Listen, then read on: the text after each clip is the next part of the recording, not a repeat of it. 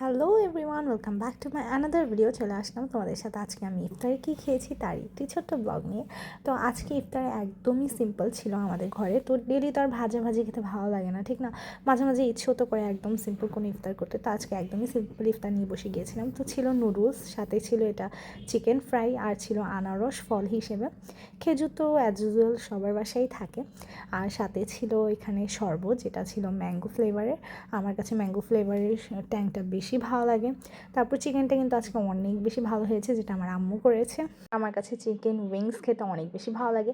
তো নুডলসের সাথে না আমার এমন চিকেন খেতে বেশি ভালো লাগে, তো অনেক বেশি মজা করেই খাচ্ছিলাম। আর আজকে নুডলসটা কিন্তু একটু স্যুপ নুডলস করা হয়েছে, যেটা আমার আম্মুই রান্না করেছে। তো অনেক বেশি মজা হয়েছে খেতে। আজকের ইফতারটা আমার কাছে বেশি ভালো লেগেছে, কারণ এই কয়েকদিন যাবৎ প্রত্যেক দিন একদম ভাজাভুজি খেতে খেতে একদম পেটের অবস্থা খুবই খারাপ। তো মাঝে মাঝে এমনও একদম সিম্পল খাবার খুবই ভালো লাগে ইফতারে। আসলে ইফতারে ভাজা না খেলেও ভালো লাগে না, কিন্তু আবার ভাজা খেলেও ভালো লাগে না, এমন এক অবস্থা।